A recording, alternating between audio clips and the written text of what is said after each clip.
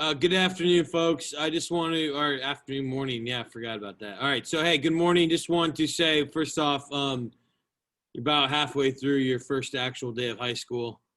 Like the schedule. I'm sure fatigue is starting to set in. If it's not, you're not working hard enough. Because as a teacher, it's definitely starting to set in for me. All right. We have a ton to do today. We never cover this much in a normal year, but due to the changes in the curriculum and just what I have to get done due to the wonky schedule this week, we're going to try to do it. So if you have questions, put them in the chat function. If I'm going too fast, that could be an issue due to the amount of material I'm going to attempt to cover. I would ask that the notes, I have uploaded them to Canvas. So in the event that you, like I said, you feel like it's going too fast, you can always upload them and take a look at it. And especially the art, I'd love for you guys to go back and look at it because this is probably one of my favorite days, if not my favorite day in the class. All right, so we're gonna move on here. And I'm gonna go ahead and take my screen share.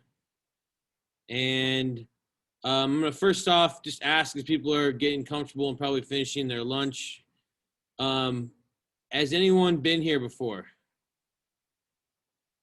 Oh, I've got my HDMI cord in. 1 second. There we go. That should change everything up here.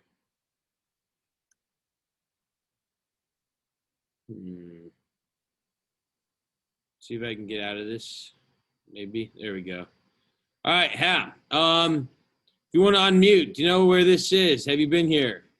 Anybody have a guess? Maybe some of you have. All right. Maybe like 10 more seconds to make the educated guess. And if not, this is, if you look on the bottom right, you're going to see a statue of the David by Michelangelo. If you look at the building, it looks like a fortress. This was the offices of the Medici family, who were the patrons of the Renaissance in Florence, Italy. And this was designed by Michelangelo. All right. Florence, kind of the birthplace of the Renaissance. If you haven't been there, here's a good example of why. This is a crummy picture on the bottom right of the Uffizi. That's the Italian word for the offices. Here you can see the Ponte Vecchio in the upper right-hand corner. Secret passageway that connected the Uffizi to the Pitti Palace and the Boboli Gardens, which was all owned by the Medicis. Here's the Brunelleschi's Dome, the Duomo in Florence. And then this is the baptistry, which famously had the doors by Ghiberti, and the bell tower, which you can't see right next door, by Giotto. So a lot of famous stuff. And again, if you ever get to go to Florence, it is definitely, there's a reason why they call it the birthplace of the Renaissance. So let's talk about why Italy overall. So if you guys think back, the rebirth of learning in Western Europe definitely occurred because Italy had some obvious advantages. If you remember, right after the bubonic plague and then after the Crusades, Italy became a center for trade. And so it had thriving cities that were not controlled by kings or monarchs, but were controlled by smaller local governments, which allowed more freedom for merchants and traders. Also then, what developed and established was a wealthy merchant class that could now take risks and buy more things. You also then had the legacy of Greek and Roman traditions, ideals, cultures, values that still were around that didn't disappear. And then throw in the fact that they're collecting money from all over Europe due to the tithing of the Catholic Church, and it allowed for an obvious advantage for this rebirth and these obvious examples of the rebirth I'm going to show you today to occur in Western Europe. Okay, if you're taking notes, you're thinking about continuity and change. This is a huge change from Europe in the Middle Ages, and a huge shift when the Chinese and the Abbasid Caliphate really were the centers of learning in Baghdad and China and the Song Dynasty in Hangzhou. So the change occurs where now the center of learning goes back to Italy as it did during the Roman Empire. Okay. So other reasons for these Italian urban centers, like I said, trade from the Crusades. But if you look, Italy was loosely connected to the Holy Roman Empire, but they had a lot of what's called city-states, again, with local governments. Ones you've probably heard of, Venice, Milan, Florence, okay, are obviously large cities today and very heavily touristed, except for this year by the United States, which we can't go there. But places you maybe haven't heard of, which were trade centers, Pisa, Padua, Genoa, Naples, Palermo, etc. All had huge merchant classes and allowed for this accumulation of wealth, which then led to having money to spend on art and architecture. Goods and ideas were obviously exchanged then after the Crusades in the Mediterranean, and wealthy merchants started working with the church as the church accumulated heavy amounts of money to produce art. All right, so the leading family of the Renaissance was the Medici family. If you've never heard of the Medicis, they were a Florentine family who became wealthy off of the wool trade markets that ran north-south and then trading with the Ottoman Empire. And they were a trading family turned into a banking family. And at their height in the 14th and 15th centuries, because of the 100 Years' War, the King of France, the King of England, the Holy Roman Emperor, the Pope, the Venetian Doges, and the Ottoman Empire were all in debt to the Medicis. Okay? If your brain is turned on and you're not sitting on your phone or eating, you're probably thinking to yourself, holy cow, Mr. Brunette, that's like most of the famous people that are in that area, Western Europe at the time, except for Spain and Portugal. Yes, it is. You're correct. So if you owe someone money, traditionally they are more powerful than you. So the Medicis, as these powerful people, are going to then sponsor many of the artists that you have heard of before. Okay. They also then were in control of the Florentine government and the city-state of Florence as well. Okay, if you're more curious about the Medicis, I'd encourage you to, if you know, it's not PG, it's actually very rated R, but on Netflix, there's a series on the Medicis, but obviously ask for parental permission first because there's some gross things in it. All right, so the godfather of the Renaissance, the godfather was Lorenzo the Magnificent, Lorenzo de' Medici, okay? It was himself who was inspired by a young artist by the name of Botticelli, Sandro Botticelli, who he then employed in his workshop. And then from there, basically his ability to throw out money to have this art produced attracted some of the finest young artists history has known, like Leonardo da Vinci and Michelangelo Buonarroti. All right. And so that's why Lorenzo takes the name as the godfather of the Renaissance. Okay. Now, this whole idea of bringing back classical heritage. This is the idea that learning in Western Europe, it hadn't stopped, but it hadn't progressed since Greek and Roman times. And really, the Crusades brought back a lot of manuscripts from Aristotle and Plato. And then there's this idea that we now need to advance the learning. And so it starts with this rebirth of learning. In the middle, you have a Reformation, which we're going to talk about. And then Thursday, we'll ice the cake with the age of scientific discovery, or whatever you want to call it, scientific, I don't know, scientific revolution, whatever. It's science. Okay. So because of this, the idea that classical learning can come back and draw inspiration for these artists is very easy to recognize. And This is not a whole group movement. This isn't like the poor people in Italy were like, yeehaw, we have the Ninja Turtles to produce art for us. This is a very upper class movement that would take quite a long time to trickle down to the lower classes. Okay? Like 500 years time to trickle down to the lower classes. Okay? Just so you guys get that. All right. So the Renaissance really, though, by studying these classical texts, there's this movement away from classical, or this movement away from Middle Ages thinking, which said that you had to focus on the church. The church was in charge. If you did anything outside the church, it was wrong. Okay. Now it's the idea that the individual thinking for themselves might be able to actually achieve something without offending God or without offending the clergy, those who worked for the Catholic Church. And the whole irony behind this, and we need you guys to understand this, is that it's the church that's paying for its downfall here, okay? It's the Catholic Church at times that is sponsoring this humanistic approach to art and literature that in return causes them to have a lot of their own problems, okay?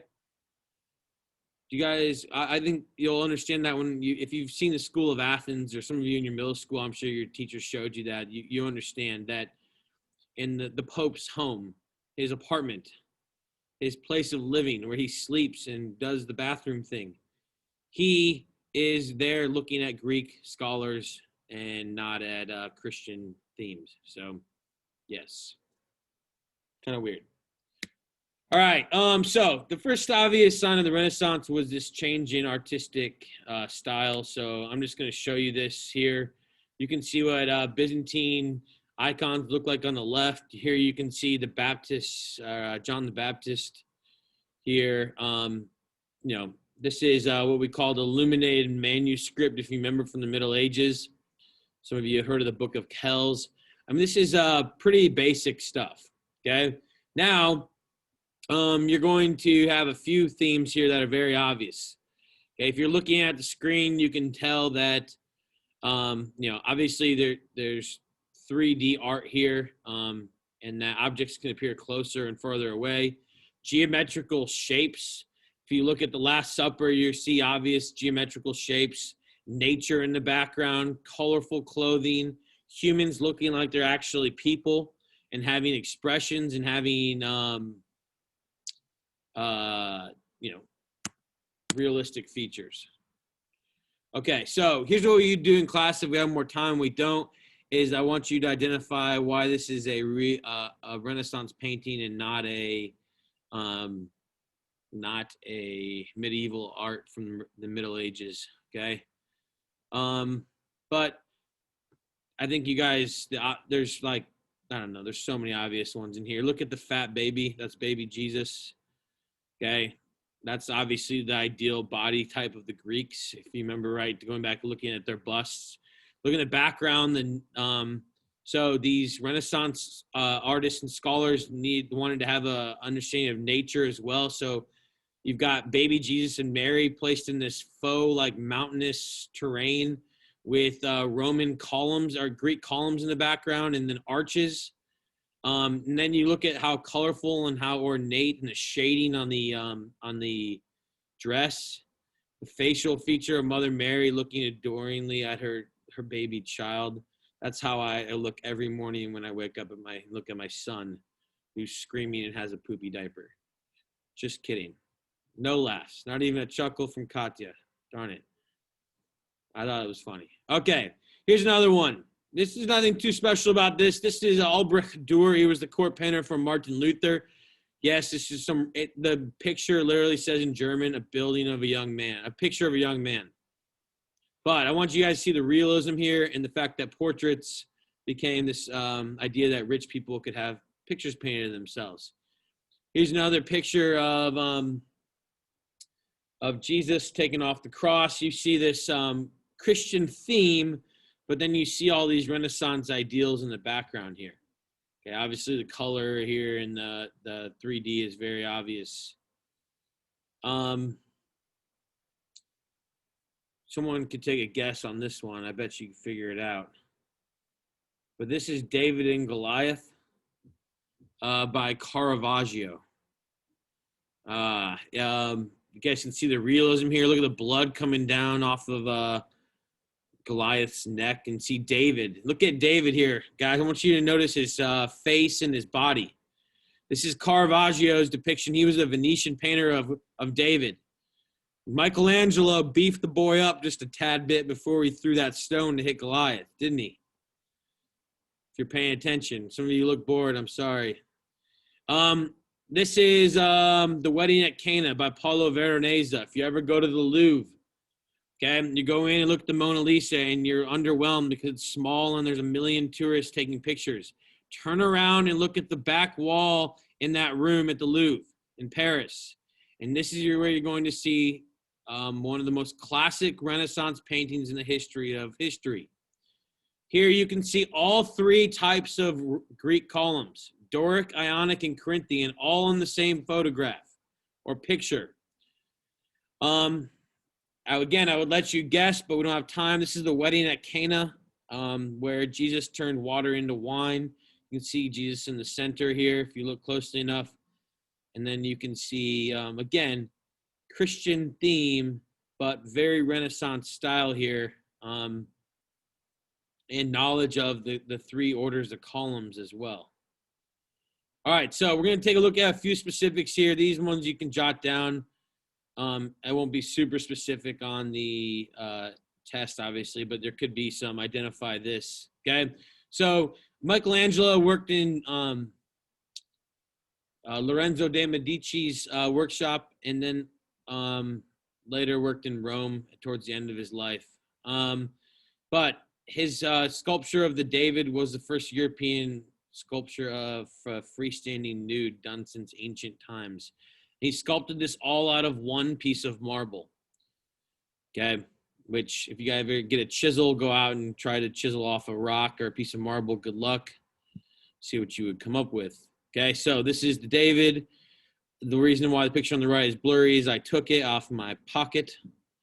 Okay, you're going to notice some imperfections here, like his hands are a disproportionate size to the rest of his body. Okay, but the idea that the church now was allowing nude photographs and was definitely a game changer. Okay, here's another one I took. The Pietà, which again, crummy pictures here because you can't get close because some guy tried to run his car through it. And so they now have like a big gate.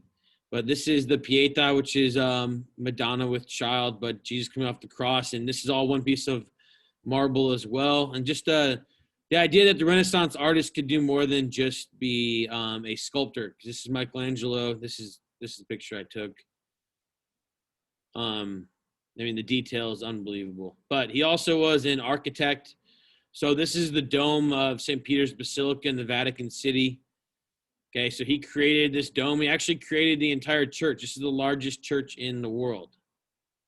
Okay, he also designed the Vatican City. Some of you maybe have seen this picture before.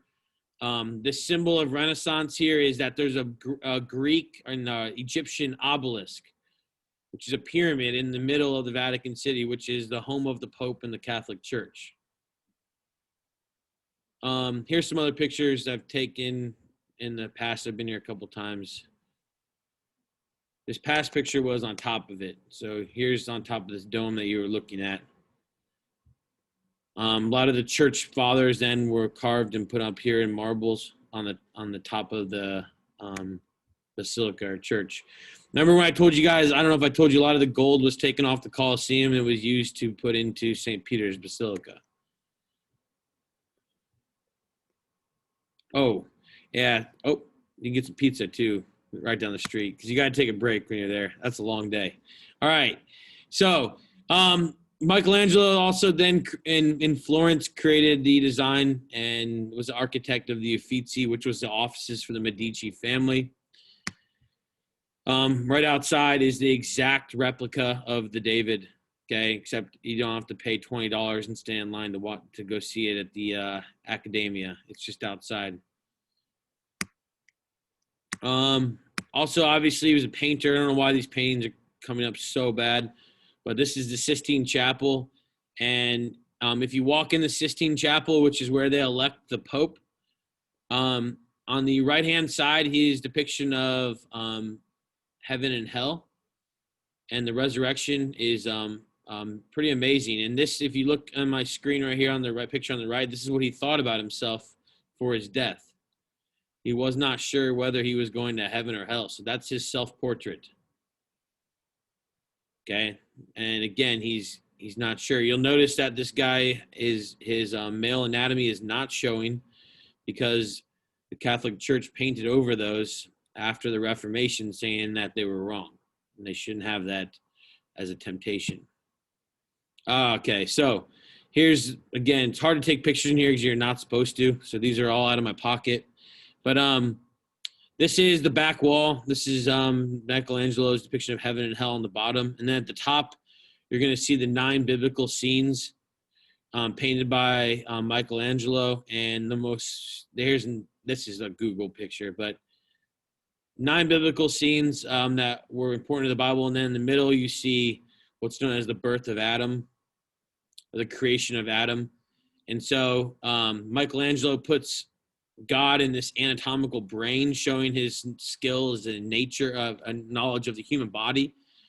But then he makes this muscular looking Adam guy. And then he's set on a stone, and which is, again, knowledge of nature, very Renaissance focused. He actually then, before he died, he made his own grave.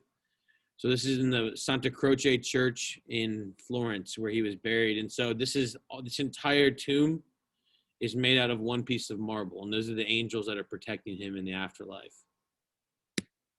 All right, moving on. Filippo Brunelleschi. So there was a contest. He won it with the Medicis to produce the first freestanding dome in Florence, known as the Basilica di Santa Maria de Fiore. Okay, most people just call it the Duomo, but it was the first freestanding dome made since Roman times. And here's a picture of it when you go to the city. I took this out of the apartment we stayed in. And this was, he built scaffolding, and he built, actually, there's 2 layers. There's an inside layer and an outside layer, and it's made of ceramic. And they actually came down on him twice. And through understanding how this fit, the understanding of physics and pressure, Brunelleschi was able to finish this. And the marble that went on this is all called Carrara marble, inlaid with, you can see here, it's better at night, green marble and white marble, and sticks out anywhere you are in the city. You can see it. Okay, here's the detail that went into it. So you guys can just imagine how much money this would have cost as well. So think about how much the Medicis had to finance this. Okay. Also, then here's the inside, so you guys can see it. I'm in the middle. I got lecture the whole period. Sorry, interruption. My bad. I just want to see these smart kids. These smart kids. Okay, interruption by Mr. Dickerson. Oh, come on. Okay, at least say hi if you're going to come in here. I said hi. Okay, he does this often. If you ever come to class, you'll get to see him maybe. No coronavirus. He's famous for interrupting my class. Here's the ceiling. This was also the depiction of heaven and hell. And inside of the Duomo is the picture of Dante's allegory of the cave, which has been made famous by Dan Brown. You always got to take time, a little break for food, right, guys? So there's some Tuscan cooking for you. Brooke doesn't look amused.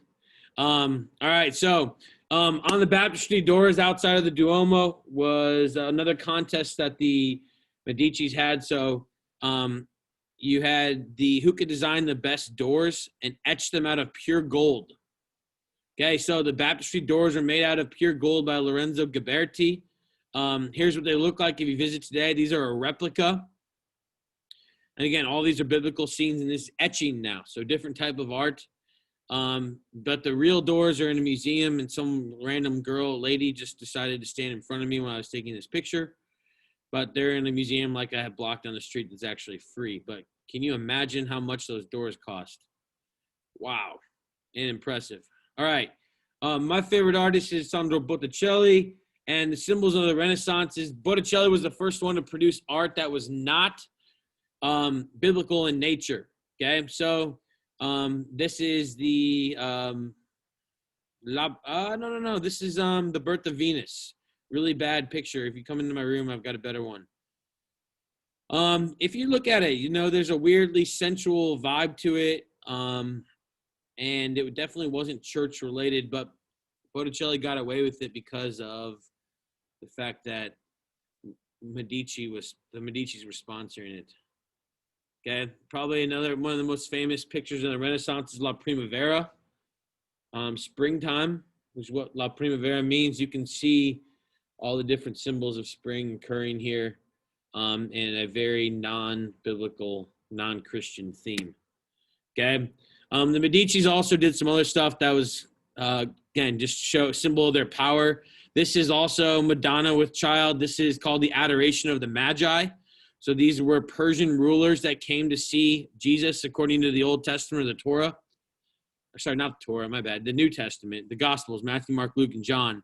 And Lorenzo and Cosimo de' Medici, you'll see them right here. They painted themselves in the painting, saying that they were so powerful and so rich that they can put themselves in history. So Botticelli put themselves at the birth of Christ, essentially. And then he put himself in the picture right here. On the bottom, you can't see my screen. On the right-hand side, the guy wearing like the cream-colored outfit, that is himself, Botticelli. And then you see the super Greek Roman arches, columns here. That's in Bethlehem, the quote-unquote stable that Jesus was born in. It's not that fun. Okay. Let's look at Da Vinci then.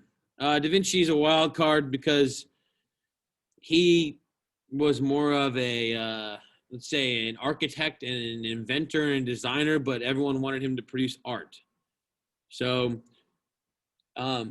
we have a lot of his drawings and whatnot, but not all of it exists. Okay.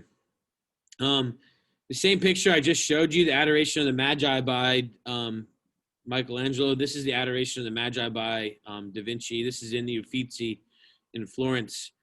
I hope you guys can see the difference if you're actually watching and not just staring down at blank nothingness. See the difference here? Botticelli. Look at the depth of Da Vinci. Again, was more of maybe a scientist than actually a artist, but artists, the only way to make money was to have people, to serve patrons. So Madonna and child with the Magi. Again, look at the layers of this. The Last Supper, which has caused a lot of controversy. This is in the Refectory, which is a building in Milan, Italy. So after he produced art in Florence, he went to Milan for the Duke of Sforza, and he was paid to produce the Last Supper and then a large bronze horse that he didn't really want to produce at all. And that was when the Duke also asked him to produce the Mona Lisa. Okay. And if you look, the Mona Lisa is it's creepy because it actually looks a lot like Da Vinci himself. It was supposed to be to the mistress of the Duke, this Duke of Sforza, but Leonardo didn't really want to do it. So there's all sorts of levels of symbolism here. 30 layers of painting on this. That's how many times he painted on it. And some say it's self-portrait. Some say it's a picture of his gay lover. There's a lot of theories out there. All right, so the early flying machine, helicopter, the Vitruvian Man on the left, probably one of the most famous paintings. And when you come into my room, take a sharp right and look up, and you'll see that I have a massive painting of this in my room. On the left-hand side, the Vitruvian Man. This was him saying that all body parts are symmetrical and proportionate to every other body part, which was widely accepted until the gene theory was produced in the chromosomes, and understanding that some genes can produce, different. Your ear could be a different size, your right ear from your left ear, your right pinky from your left pinky. But Before that, this was accepted as scientific knowledge. Here's his depiction of a baby in the womb. City planner here. Bronze horses. Cannons. Early idea of the tank, floating bridges, all sorts of stuff. But he really, again, most people just give him credit for his art when he really was an inventor. Raphael Sanzio, probably the one thing I wanted to show you was that he was paid by the Pope, who was a Medici Pope. There were 3 Medici Popes. That's how powerful they were. They bought themselves into the office of the Pope, okay? And this is in the papal apartments. Like I said, it's just right outside the Sistine Chapel, which is in the Vatican City in Rome. And so in this painting, it's called the School of Athens because you can see every famous Athenian scientist or even Greek scientist or philosopher. And then you see Plato and Aristotle in the middle. Or sorry, my fault. Plato and Socrates in the middle. But then if you guys look at these numbers here, you also have people that you've probably heard of or maybe you've recognized, Anaximander, Averroes, who was a Muslim. Then he said that they put Raphael, Da Vinci, and Michelangelo in there as well, like self-portraits. To basically say that they were on the same level as these game changers. Okay, and again, this sits right outside the Pope's room in the Vatican City. Here's the actual picture I took. Okay, it's again, you see the very, very heavy Greek, Roman architecture here, and there's nothing Christian about this. Okay, which shows you the issues with the church. I think you get it. Okay, last but not least, there were also significant writers of the Renaissance not named Shakespeare. Dante was one of the first to write in what's known as the vernacular. That's an important word. Vernacular means the language of the people. So instead of only writing in Italian or in Latin or Greek, he wrote in Italian and French, and a language that the people actually could understand. Okay, here's his picture. This is right outside the Duomo in Florence. And then last but not least, we're going to read some of this tomorrow. But Machiavelli,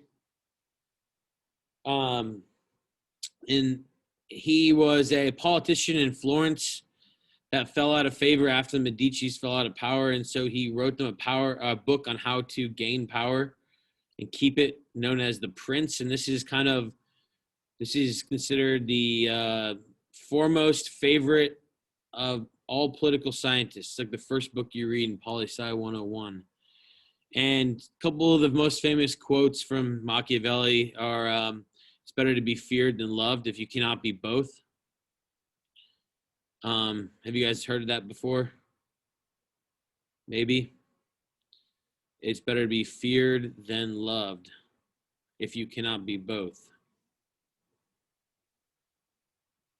And then Machiavelli, basically the blueprint was, it doesn't matter if you do what's right, but you got to do what's effective. And so again, a lot of people used his works, like Napoleon, like Adolf Hitler, etc., dictators, to justify what they did, saying it was best for the people. And here's his tomb that you care. Okay, we need to know it. All right, let's take a break.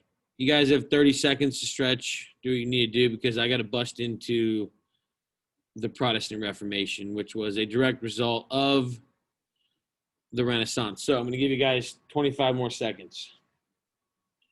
Stretch your arms. 43. We got 19 minutes. That's awesome. We have 19 minutes to go over this. Woohoo! All right. Hopefully you feel better about yourself. Get a little breather. Okay. So the Renaissance obviously was a bit of it was a movement that was created by wealthy patrons in Italy. It moved north. into the Netherlands and into England, and that's going to cause people to start questioning their faith. Okay, and when people outside of Italy started to see this, they started to question the corruption of the church and why they were spending money on this. I don't know if you know what simony means. That's a good word to write down. Simony is the buying of offices, and so there's this idea that wealthy Italian families were buying offices in the church, which they were, and that's corrupt. Okay, the Renaissance obviously encouraged people to think for themselves, and that caused them to question if what the Catholic Church was saying was actually right. Personal devotions led to kind of people questioning if the church was telling the right thing. The Catholic Church and its allies, so the families that were buying positions in the church owned up to a third of the land in Western Europe.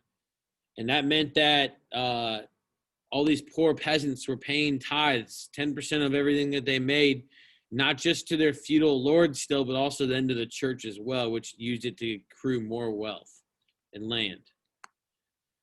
And then, as you guys read yesterday, the Pope's need for money to build St. Peter's Basilica, which I just showed you, led to the selling of indulgences, these pieces of paper that said that if you buy this, you can get your relative out of purgatory, which had no place in the Bible. Okay. The printing press had a huge effect on Reformation, as it's going to spread around not just copies of the Bible, but also it's going to make Martin Luther the first best-selling artist in the history of the world, because it's his 95 Theses that are copied millions of times after that. Printing press obviously is going to increase literacy rates, but once people figured out that they don't need to just copy the Bible on it, they can copy 4-page pamphlets. Word and information got around a lot faster. All right, like I said, we're going to have to go back to this if you have time. So I wanted you guys to see, this is the spread of the printing press. The first printing press was made in Mainz. This was a copy of a Korean Chinese idea, but Johannes Gutenberg put a wine press on it to make it a little more uniform and quicker. 200 Bibles were produced on his press in the first 3 years, but he died penniless and broke because producing Bibles in Mainz in 1448 when nobody can read isn't really that effective. Okay, but once they realized that you could actually make these, you could make like small articles and things that were easier to read quicker. You see the printing press made it to Constantinople, 1488, Istanbul, Rome. You can see how many printing presses there were in the Holy Roman Empire. That's what I wanted you to see from this slide. You wonder why the Reformation spread so quickly, but look where the printing presses are, the majority of them. Okay, here's a picture of the Gutenberg Bible in Washington, D.C., the National Archives. Some of you have seen it before. There's not too many copies laying around, but again, 200 of them made in 3 years. That's what they called the Gutenberg Bible. Now, the Holy Roman Empire in the early 1500s. If you look, the most powerful family were the Habsburgs, but you can see how much land the church owned. That's kind of the lighter color. And then the Habsburgs were two different families, the Spanish Habsburgs and then the other Habsburgs here, because the Spanish king didn't want to control all of it, so he split it up. And then you have a lot of other kind of territories in between. So there wasn't necessarily a lot of unity. Insert Martin Luther and insert the 95 Theses. I told you guys about this yesterday. This is me hammering the 95 Theses fake hammer. I'm reenacting it. Hey, yeah. All right. Anyways. Oh, Peter the Great even came to visit Martin Luther's house and pilgrimage there because it became so popular. So Martin Luther was basically just a German monk, okay? And he was actually going to be a lawyer, and he was almost struck by lightning. So then he decided to give up his life and go be a monk. And he was assigned to the Wittenberg Church as a church pastor there and was a professor there from Leipzig. Leipzig and Wittenberg aren't too far away. And it was there that he encountered Johann Tetzel. Johann, just the name John Tetzel. Johann's German. And he said that the selling of these indulgences, which was going to the Pope so they could pay for these buildings and art, was wrong. So as you guys read yesterday, I hope and uploaded your 10 ideas. Most of them were related to the fact that the Pope and his people, the clergy, should not be selling these pieces of paper that are nowhere mentioned in the Bible. And so he posted these 95 complaints. He absolutely did not mean to split any away from the church or cause any kind of civil war, but it did. And so he was called in front of the Diet of Worms. Diet of Worms. It's not the Diet of Worms, okay? It's a court. It was the court of the Holy Roman Empire, and that was where he was asked in front of the Holy Roman Emperor and the Pope to recant what he said. And he famously said, "I cannot, therefore I will not. I stand alone in my faith." And so Martin Luther was then quickly excommunicated, which means that he would be a criminal and be put to death.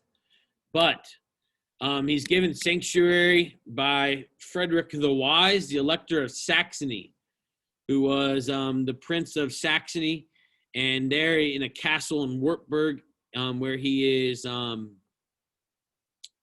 imprisoned, but kind of held hostage. He marries, has kids, and he translates the Bible, the New Testament, from Greek to German. It's the first time that the New Testament had ever been translated into a language that the common people could actually understand.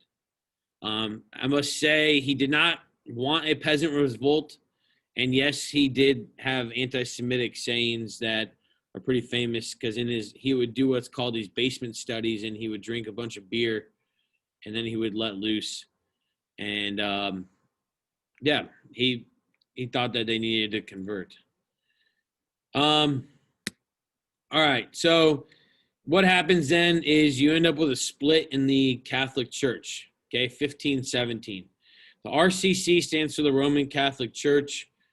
Luther's church stands for what will become the Protestant Church, or the Lutheran Church eventually.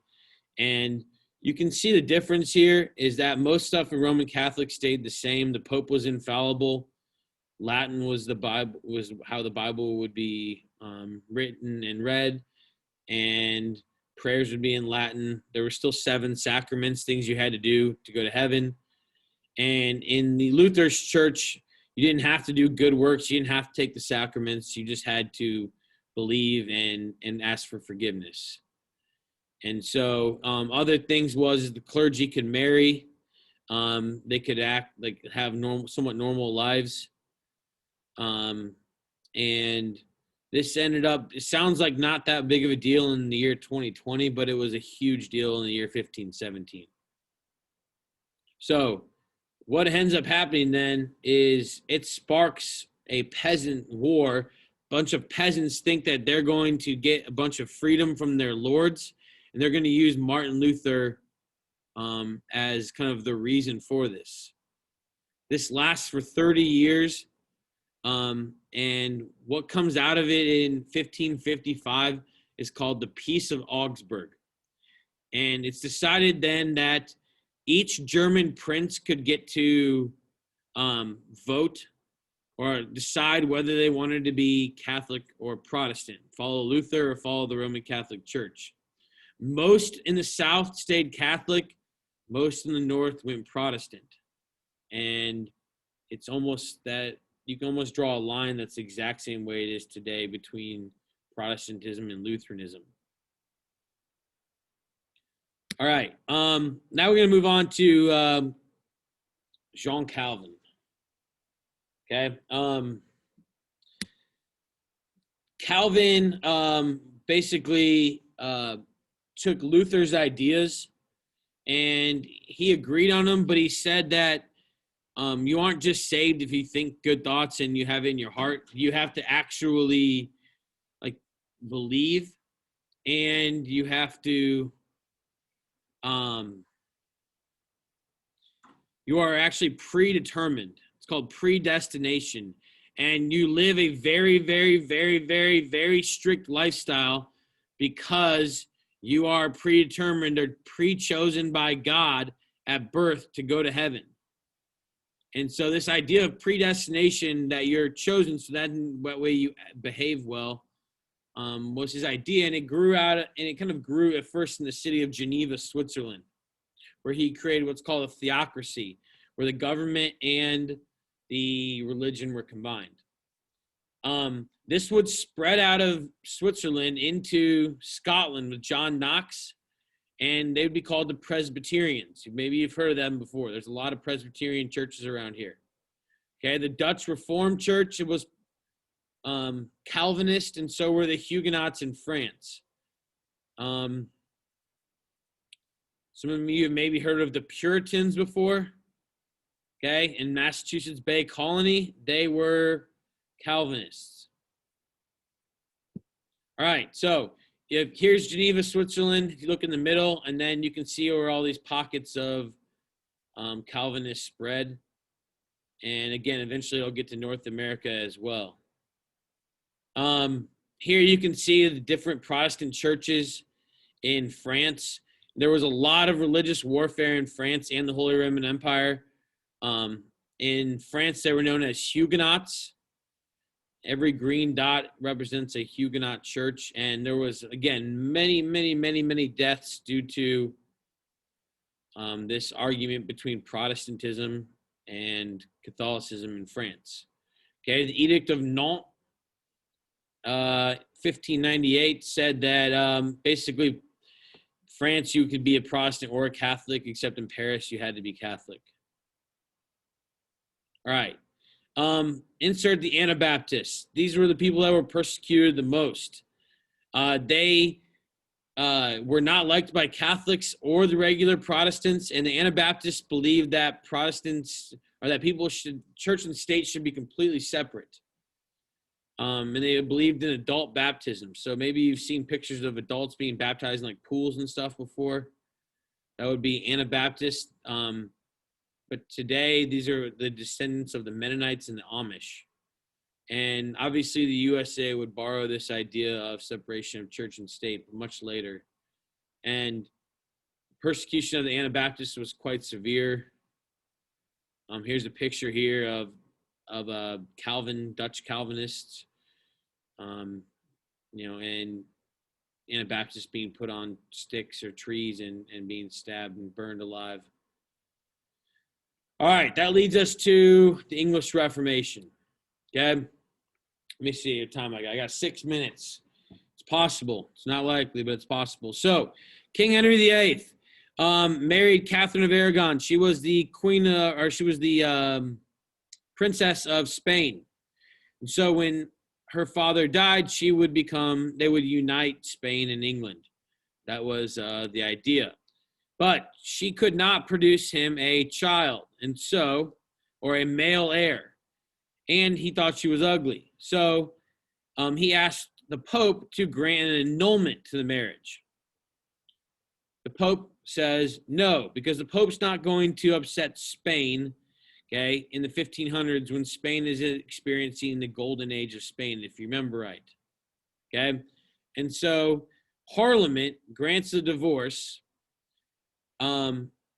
King Henry VIII declares the Act of Supremacy, which means that he is now the leader of England, or the Kingdom of England, and of the church. And so Henry VIII closes down Catholic monasteries, takes their land, takes their money, and famously would go on to have 5 more wives after that. Okay, we'll watch the music video about his wives on Thursday. Okay, now his first kid to rule, his only son, was Edward VI, and Jane Seymour was his mother. He became king at age 9 after King Henry VIII died of being fat and drunk. And he ended up keeping England Protestant. Okay, but he ruled through what's called a regency. He didn't actually rule himself. Mary the First, who's known as Bloody Mary. Okay, this was Catherine of Aragon's daughter. So she married the person who the Philippines are named after, Philip II, who's a Spanish king. And when she marries him, she's not able to produce a child. She has a very, very difficult time, and she ends up getting cancer and dying. But while she was in rule, she went back and murdered everybody who took lands away from the Catholics under Henry VIII's rule and the families that had taken land. That's why she gets the name Bloody Mary. Okay, so that was Catherine of Aragon, his first wife's kid, and then her mistress, Anne Boleyn, would produce by far the most famous English queen, and that is Elizabeth I, who would sponsor people like Shakespeare, Sir Thomas More, people that would were Renaissance artists. Okay, and so she formally produces the Anglican Church, the English Book of Prayer, which is still used in the Anglican Church. It's basically the exact same thing as Catholicism, except it's in English, and it's not controlled by the Roman Catholic Church. She helps the Netherlands gain freedom against the Habsburg Spanish. And then she also is the one who defended Spain against the Spanish, or defended England against the Spanish Armada. And she's known as the Virgin Queen because she never marries. So she'll die childless. So that's how England is Protestant, and that's obviously going to have a large impact on the areas of the world that they colonize. All right. So the Catholic Church did not just sit there and say, please poke holes in us. So the Catholic Church would come back and take Martin Luther's criticisms and address it. Okay. And so in what's known as the Council of Trent, the Catholic Counter-Reformation, is the Catholic Church gets rid of indulgences, reaffirms all of their sacraments and all of their other major parts of the religion, and then says, if anybody is caught holding these Renaissance books, or if anyone's caught holding books by Martin Luther or Sir Thomas More or, any like Galileo, you're going to be killed or excommunicated. Okay. Lastly, then, this is kind of important. We're going to stop after this is they created what's known as the Society of Jesus, which, and there are other chapters before this we talked about, they're known as the Jesuits. And they were supposed to be super missionaries who were very highly educated at universities and were able to not just spread Catholicism, but on top of that, then also keep the Catholic faith pure. And so through education and through strict Catholicism, they would continue the strength of the Catholic Church. So obviously, Brebeuf is a Jesuit school. My father, who's a Lutheran minister, went to a Catholic or a Jesuit university, Marquette University in Milwaukee. Xavier is a Jesuit school. St. Louis University is, Gonzaga, etc. Okay, a lot of big impact in the New World. All right, I'm going to stop here just because of time. I know that was a lot. I didn't even get through all that I wanted to, I promise you. So I'll finish this up. Your homework or your assignment for tomorrow will be on Canvas. It'll be on the front page. Obviously, no Zoom tomorrow. Okay, guys? Thanks for your patience. I told you it'd be a lot. Have a good afternoon.